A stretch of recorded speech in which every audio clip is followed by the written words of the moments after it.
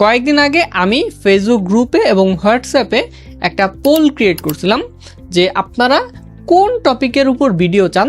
সেখান থেকে আপনারা দুইটা টপিক বেছে নিয়েছেন, একটা হচ্ছে নিশ সিলেকশন আর একটা হচ্ছে মার্কেটিং।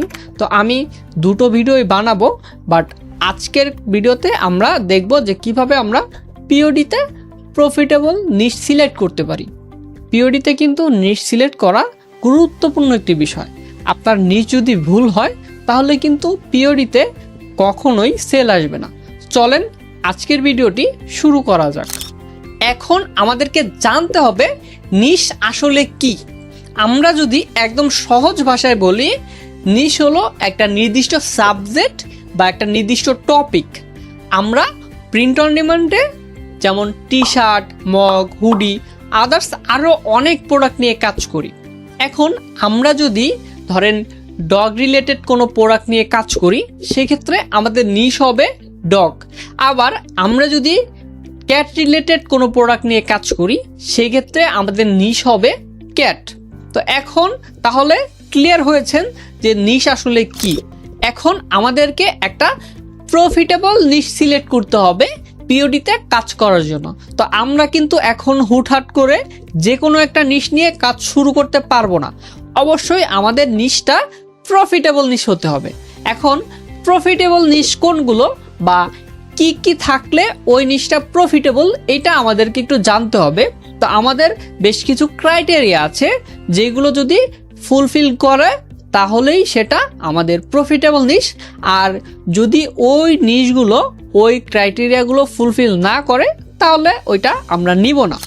প্রথমত আমরা যেই নিশটাকে সিলেক্ট করব, ওই নিশের অডিয়েন্স সাইজটা আসলে কতটুকু। আমরা কি ওই নিশ নিয়ে আমাদের বিজনেসটাকে স্কেল আপ করতে পারবো কিনা। এখন আপনি এমন একটা নিশ দিয়েছেন যেইখানের অডিয়েন্সের সাইজ খুবই কম। এখন আপনার অডিয়েন্সের সাইজ যদি খুবই কম থাকে তাহলে কিন্তু আপনি আপনার বিজনেসটাকে স্কেল আপ করতে পারবেন না। এখন এমন না যে পিওডিতে আজকে আসলাম কালকে আবার চলে গেলাম, বিষয়টা তো এমন না। আমরা অবশ্যই এখানে বিজনেস করতে আসছি এবং এখানে আমরা লং টাইম টিকে থাকতে আসছি। তো অবশ্যই আমাদের অডিয়েন্সের সাইজটা ঠিক আছে কিনা এটা আমাদের একটু দেখতে হবে। তো এইটা দেখার জন্য আপনি যে কোনো সোশ্যাল মিডিয়া ব্যবহার করতে পারেন। আপনি ফেসবুকে চলে যান এবং ফেসবুকে গিয়ে আপনার নিশটাকে জাস্ট সার্চ করেন, তাহলেই আপনি ওখানে দেখতে পারবেন যে আপনার নিশের অডিয়েন্স বা যে গ্রুপগুলো আছে ওই গ্রুপে মেম্বার কেমন, আপনার নিশে কি অ্যাকচুয়াল যেই সাইজটা সেটা আছে কিনা। বা আপনি ইনস্টাগ্রামে চলে যান, ইনস্টাগ্রামে হ্যাশট্যাগ দেখতে পারেন যে ওইখানে কত মানুষ হ্যাশট্যাগ ব্যবহার করছে। আপনি যে কোনো সোশ্যাল মিডিয়া দেখতে পারেন আপনার এই অডিয়েন্সের সাইজটা বোঝার জন্য।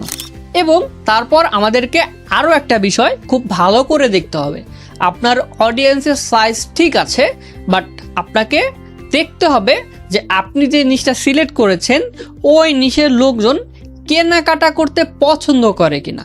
আপনি একটা নিশ নিছেন, ওই নিশে অনেক লোকজন আছে বাট তারা তেমন কেনাকাটা করতে পছন্দ করে না, বা তারা শুধু ওই নিশটাকেই ভালোবাসে, বাট কোনো কিছু যে কিনবে বা ওই নিশের প্রতি তারা খরচ করবে তারা সেটাতে আগ্রহী না।